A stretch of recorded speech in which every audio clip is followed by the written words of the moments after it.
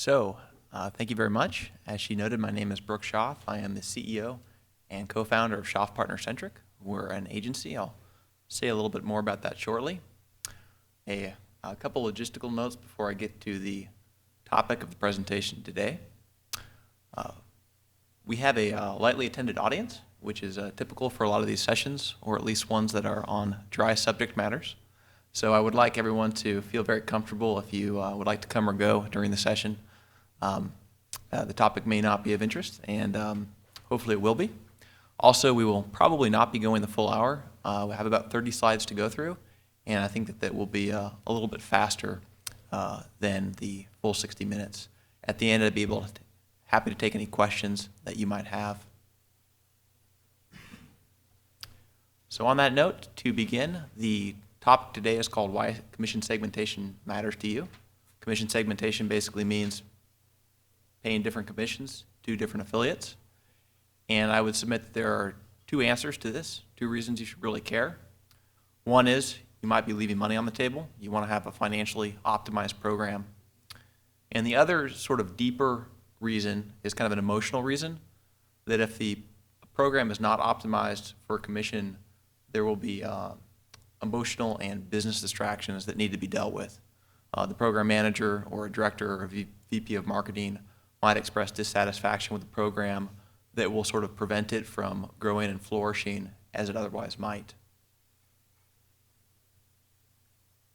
Quick note on me. As I mentioned, we're an OPM, outsourced program management agency, to those who do not know the term. I got my start in affiliate marketing in 2000 at Zappos.com. Worked also in-house at Shoes and Edmunds.com before my brother and I started this company. Affiliate program management is the one and only thing that we do. Although, as I'll get to a little bit later in this presentation, what that is exactly is, I think, changing in some subtle ways. I've also been asked to request that you use the hashtag if you do any tweeting, ASC14. So, just to come back to it really quickly, commission segmentation, again, will be paying out some essentially differential commission rates. So rather than 5% to everybody, you might pay some out at 1%. You might pay some out at 10%. There might be a bonus associated with a new customer acquisition. There might be a complete commission negation for some other reason. And we'll get to some of these techniques shortly. I would like to sort of start out with a contextualization of I think there's sort of a sense or an expectation for fair play in affiliate marketing. And I thought this image was kind of good because it captures that sense of fair play, a handshake agreement on a field, but also that is on a field of competition, which is to say that in some ways, clearly we're all partners. The agency is aligned with the tracking platform, is aligned with affiliate, is aligned with what a consumer is looking for. But in other ways, these different groups are negotiating with each other. The consumer wants to get the best possible deal from the merchant, and the merchant wants to get the best possible deal from the agency, and vice versa, and so on all around. So this sense of fair play, I think, can be violated based on people's different perspectives. The probably biggest issue in our industry has historically been toolbars. Toolbars would be something bundled with a browser that would automatically redirect traffic through that browser through a commissionable link. Toolbars are still around. They are still controversial. I think that Shop at Home is probably the affiliate with the most famous, the well-known affiliate with the most famous toolbar app, or infamous, depending on who you ask. But I think that this issue has largely sort of subsided and been resolved for most people. They'll handle it a certain way. And the current issue with regards to commission segmentation that is and has for several years been very controversial is the coupon space. And this is, you can perhaps more easily or less easily see this, but it is sort of a few screenshots related to searches for a cost plus world market coupon. So cost plus is one of our clients. I wanted to use them as an example. And the idea would be that I would be on the cost plus page. I place an item in the shopping cart. I'm prompted at the mention of a promo code to go and seek a promo code to know that I'm getting the best available deal. That is anecdotally my view on things. I've personally done that. I've spoken with countless people who have done the same. And I end up on a site like, for example, Retail Me Not. You'll notice that I might not end up there because Cost Plus has its own coupon page up as well.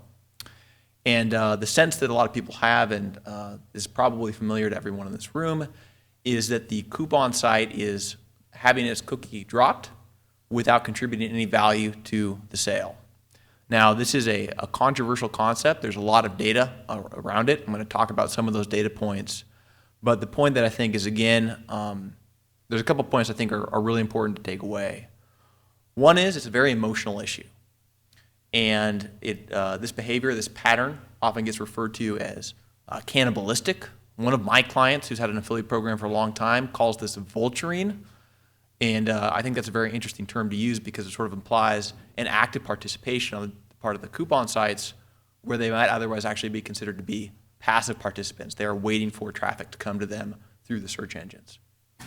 At the same time, I think it's worth noting that advertisers are afraid of losing this traffic. And it often ends up, like I indicated at the beginning of the presentation, in a situation where it's very hard to make choices. And that's a bad situation for anyone to be in. I'll give you an example. In my agency, I'm usually very involved with sales calls. And we had a chat with one company that has a very quickly growing product. They do a lot of radio advertising. And they had no affiliate program. They do e-commerce, of course. And one of the executives there was absolutely beside himself with this idea that he might pay a commission on an order that had been driven by radio. Although that's, how can that be determined and what can be done about it are sort of different things. And they ended up not having an affiliate program at all, which to me was crazy because it was a great product, something that really I think would do well in the affiliate channel. They just needed to find the right price. But they couldn't even really get there because the conversation was not completed. Something else I think is worth kind of mentioning about this bigger issue is that in fairness to these coupon sites, in fairness to all affiliates, the scorecard I think is changing somewhat, right? So if we go back to the field of play, there's a scorecard. If you score a goal, there's some reward for doing so. There's still a very clear and discrete action of somebody buying something or not, and there's an order number associated with that. Who gets credit for that order?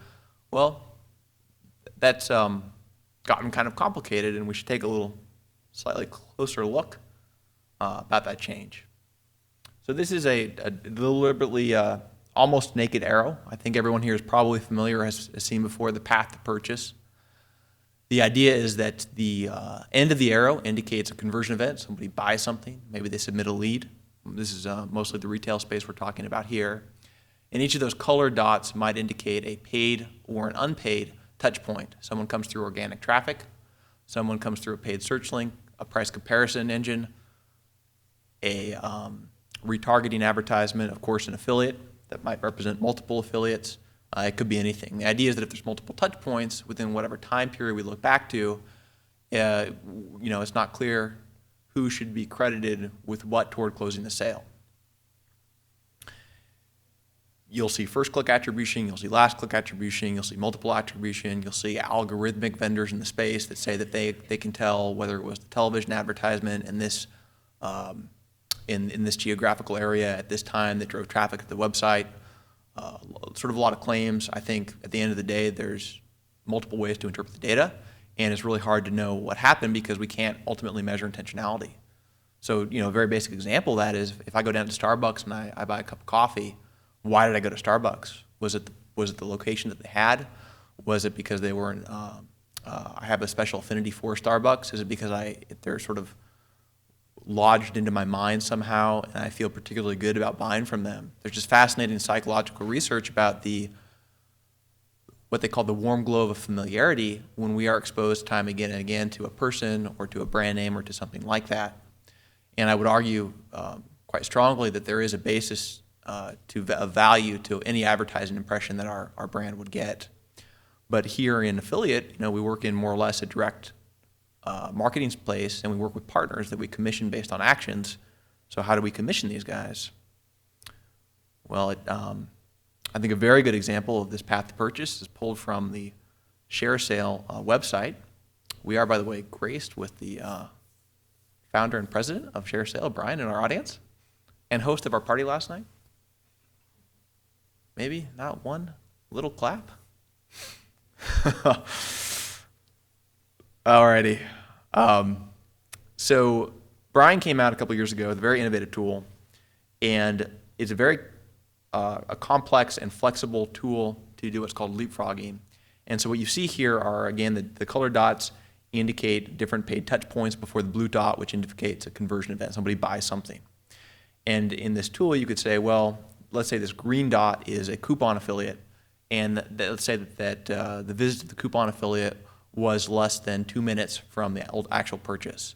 So I reckon that the coupon affiliate made very little contribution because that product was already in the shopping cart and would likely have already been purchased. I can look back at that earlier purple dot where you may not be able to see there's a $12.50 commission, and for whatever reason, that's somebody who I felt based on this rule-based system, that I felt made a very significant contribution. I want to give the single commission to that guy. Now, it's very important to note here, and I actually get to this on my next slide a little bit more, that the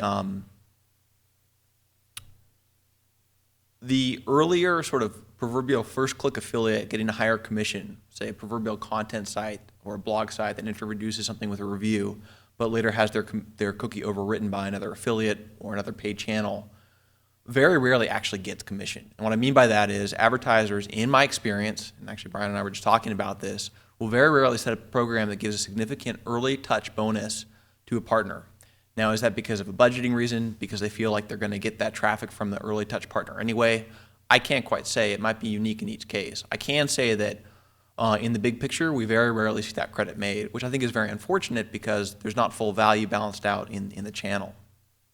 And I do also on this page want to make a couple pro-coupon sites or in defense of coupon site statements. So first, in addition to the scorecard having changed, we should remember that the scorecard has traditionally been last click, which incentivizes all partners to be as last click as possible. You know, maybe you can say bad things about it, but that has been the rule in the past. You can expect people to optimize their performance around the rule. It's also worth noting that coupon sites are associated quantitatively with higher household incomes, higher average order prices, average order values in the shopping carts.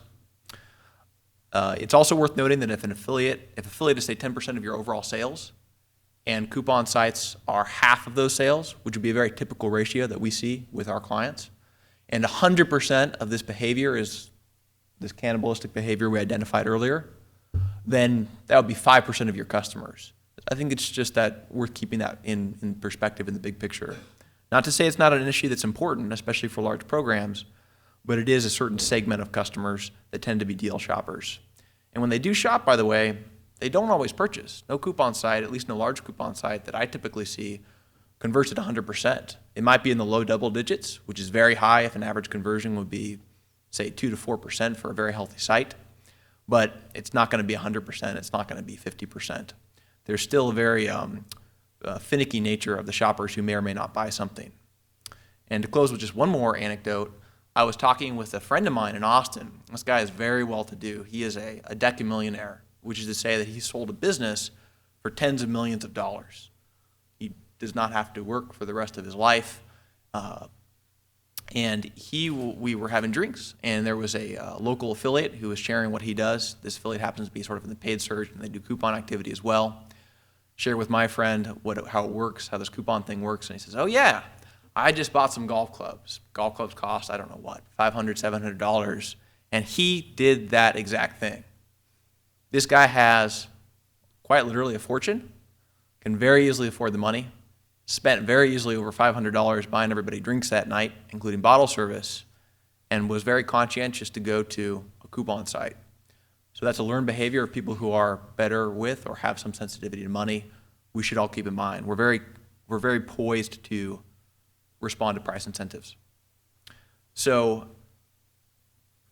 again, coming back from all that information down to where we are and what this presentation is largely about is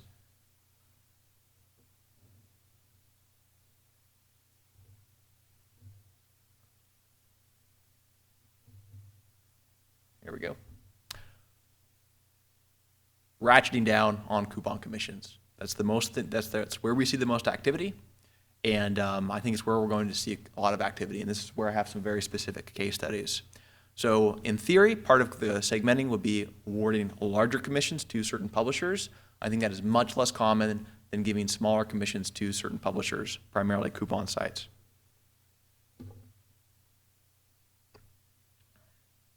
Now,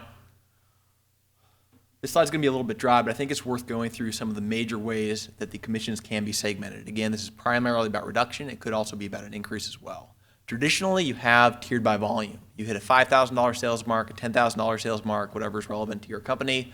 You go from 5 to 7 to 8%, whatever those exact numbers are. You also might give first trust credit. That's very similar to the leapfrog tool from ShareASale that we saw earlier. Again, in my experience, it's fairly rare.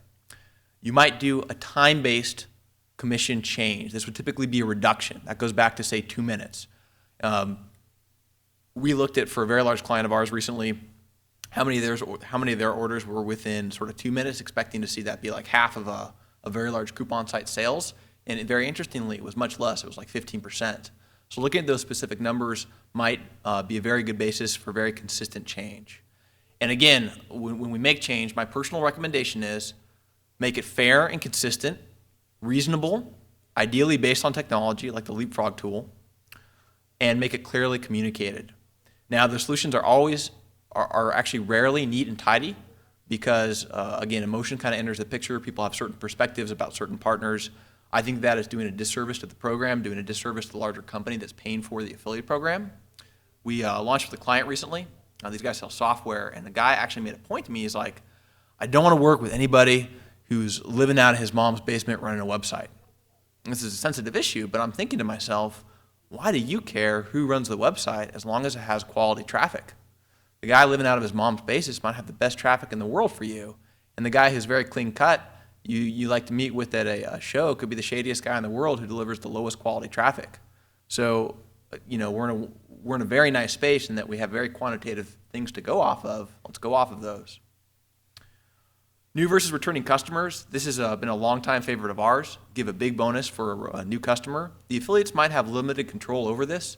There's a push in some quarters to try and give affiliates access to ad inventory where they would know if somebody who's on their site would be a new customer or would not be a new customer. I think that's going to be a bit slow going because the affiliates are going to have a harder time integrating that technology, right? You got to call ad servers and things like that. But at the conversion point, if there's a database query, customer is new, not new, based on the criteria, that might be, hasn't bought in a year or something like that. We've seen that be very successful for cost controls. And in theory, a reward if an affiliate happens to send a lot of new customers. Category-based or flat changes, you're a coupon site, you're going to go down to half or 1% or whatever. Very crude, not preferred, but unfortunately, it's probably the most common thing that we see. Deduplication across different channels is somewhere where you would have a universal sort of container pixel, and it has a rules-based system that shows when and when not to show commissions. You have to be very careful if you implement this system because it can restrict the information that your affiliate tracking platform gets, and it can also break. So we've seen clients program these things internally, either across affiliate tracking platforms or across, say, affiliate and paid search, and it can very easily screw things up. So you really got to be on top of things to make sure the technical implementation is correct. And finally, first to cart, there's a technical platform in the marketplace called Impact Radius. They're a software as a service platform, and they are beta testing, or somewhere along those lines, a first to cart functionality, which would say that if there's an item in the shopping cart, when an affiliate is visited, that item will not be commissioned. So a question you might ask that I asked would be, well, what if another item is added to the shopping cart? And I think that's sort of a future iteration thing. But the idea there would be that there was just in the shopping cart, there's a touch point after that. We don't think the affiliate contributed, based on the merchant settings. So these would be the main ways of doing this thing. Now, one big case study, this is a client we have a tremendous amount of data for.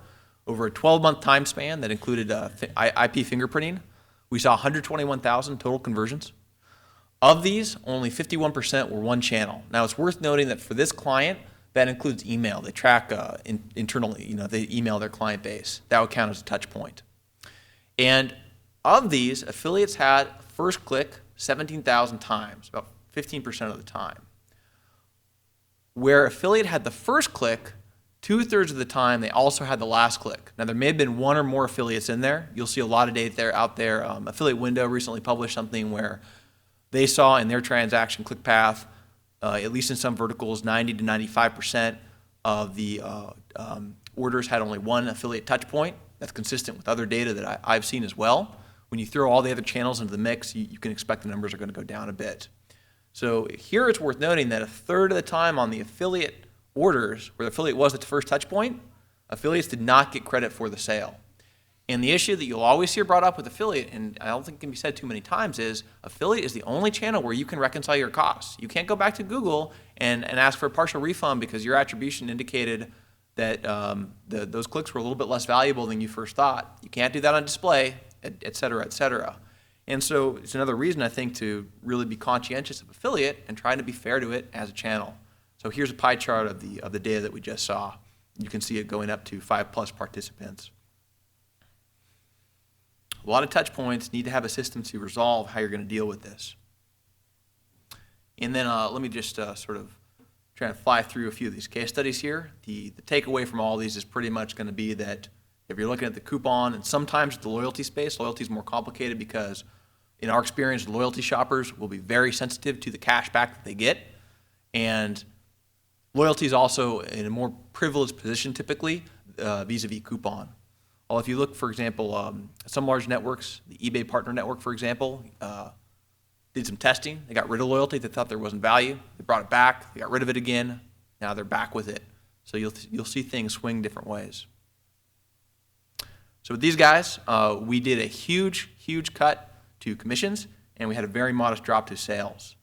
You should not assume, by the way, that the affiliate program is going to have the same revenue year over year, or that you can just assume growth. You know, maybe you're in a great space, maybe you got a great company, but especially if it's a mature program, there is going to be elasticity and change with how much affiliates can drive.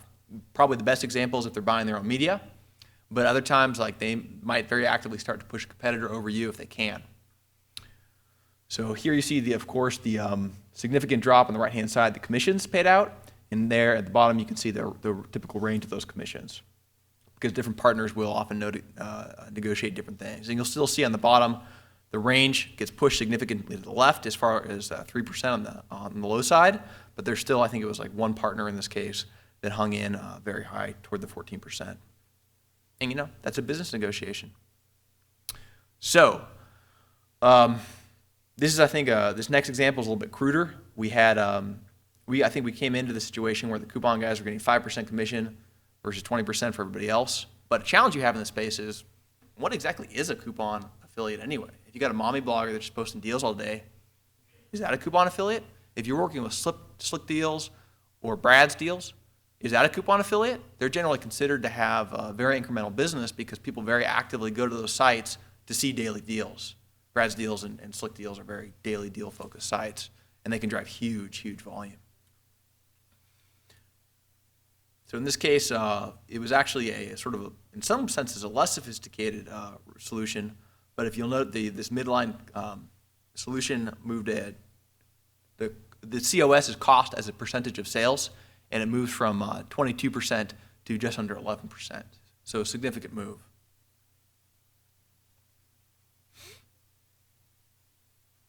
This is the clearest slide. The cost is a very dramatic drop in the cost as a percentage of sale. And that's probably how most of our clients look at it at the end of the day, especially in the retail side. A couple more examples here. We got this case, 8% default, and it was lowered to 5% for most publishers. Again, you'll notice a couple exceptions. It's very common for some people to do negotiations based on sort of certain things. Cost as a percentage of sale drops from 10 to 4.2 on average. As you can see, the revenue numbers are still healthy. And the cost as a percentage of sale has a significant drop. And there's one more case study here. We had a 10% rate for this large publisher, lowered to 5, then later lowered to 1. And the revenue was, there's of course normal seasonality, but this was considered basically the revenue was not changing. So again, a big win on the cost side. So the short message here is, if you go and you look at some data, I hate to say this, but honestly, even if you don't look at some data, you can probably go in and make some aggressive renegotiations. But I would like to leave you also with another thought. I asked my team to look up a picture of sort of pendulum swinging, and I thought it was very appropriate. The picture that they found was sort of held by hand, because I think that indicates sort of a little bit of the emotional aspect entering into things in terms of these decisions, this decision making. The pendulum swing mostly refers to here in this particular presentation, saying that there's very aggressive commission reductions over here, but you'll also see it swing back the other way in terms of other kinds of compensation going out to affiliates. And very specifically, that compensation is paid placements. It's almost a little bit ironic, and some people hate this, it makes some people cringe, but paid placements are very much part of affiliate marketing. In a lot of ways, it's very ironic because typically with paid placement, there's no guarantee of getting certain things. You might complain and get more paid placements later, but we've been doing this for years, and our clients, where they're into them, are usually happy to do them. They're also very afraid of losing out on revenue that these partners could drive, especially during Q4. And so here you see one particular client of ours that's had very good growth in the last in recent years. You see there's a few dozen paid placements going on, and 20 actually, and there's sort of a couple more out there. And we'll kind of go through these. So we have we kind of keep a database and information on our side to say, hey, what's worked out well, what hasn't worked out well. And typical paid placements look very similar to often non-paid placements, right? So you get listed in top offers, you get listed in email, you get listed on a special page. And affiliates, coupon and loyalty affiliates, are typically very able to charge successfully for this, especially during Q4. But the numbers typically bear out and these programs grow. Now, in terms of ROI, and if part of the budget comes from branding as opposed to from affiliate, is going to be case by case for an individual merchant. But this sort of subtle change that I mentioned at the beginning, I think you're going to see more and more in affiliate marketing, which is to say, what do we do as affiliate marketers? What do we do as an agency? What do you do if you're in-house, hands-on as the affiliate manager, or perhaps in a director of marketing or higher position, is look at this kind of spread and say, well, these are the levers I can pull on an affiliate. Clearly, commission is one. Clearly, this commission can be adjusted. But I'm also going to receive pressure from the partners to play this sort of paid placement game. That might also be sort of CPC deals. And then there's other stuff like giveaways and this and that. The traffic that we're competing for, not only are our competitors in the affiliate channel competing for, but PR companies want it too. I was talking to a blogger last year, and this guy was telling me that we're sort of talking paid placement, sponsored blog listings. He got sent to him by some company a refrigerator. That's a pretty generous giveaway gift. It would typically be outside of a budget that we would likely be able to have. So I think it would also be ideal if you were an affiliate manager or if you're a director of marketing to have some perspective across the channels, keeping in mind that it is a complex situation and that there are going to be different ways to interpret the data, but probably some opportunities to make improvements by being confident about propositioning the entire affiliate program on value and going from there. So that is it for me. I'd be happy to answer any questions you might have.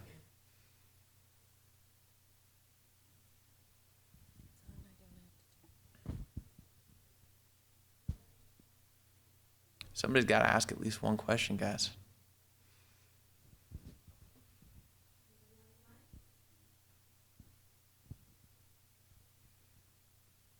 This is the most awkward non-question period ever.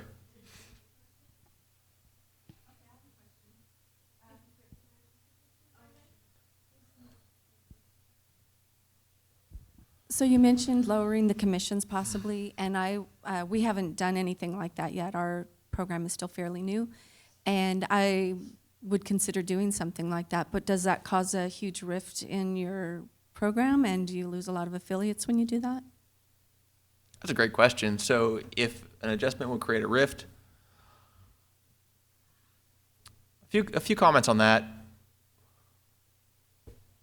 I feel that the coupon sites on their side have been bad about talking about this issue honestly and openly. So it's been around for years, and we've talked to various coupon affiliates, and they usually downplay the issue. They say, oh, very few people are doing that. If you talk to somebody at a network, they'll say, well, everybody is doing that. And so I think not having that conversation is going to kind of hurt everybody. it might sort of hurt things on the personal side, but it shouldn't in the sense that this, again, is a value-based channel. And if it's sort of a consistent reduction that's being made, it's very fair to say, hey, look, this is what our analysis has led to. We're going to make these changes. And then be ready to sort of deal with what kind of comes from that on the far side. If the only value that an affiliate is really contributing is traffic that they're getting from organic search, which is not the only value that they have to offer, then that's going to be a nice cost savings vehicle, and perhaps that money could be reinvested somewhere else later. And I think we found that people will be very willing to have a conversation. Commissions are going to go up and down. They might reform in ways like sort of paid placements and things like that. I do caution new clients to not worry about over-optimizing the program before it kind of gets built out. You're not really going to see that in other channels. You don't want to overspend, of course, but don't assume the program is going to be a success before it's actually built out and gotten somewhere either.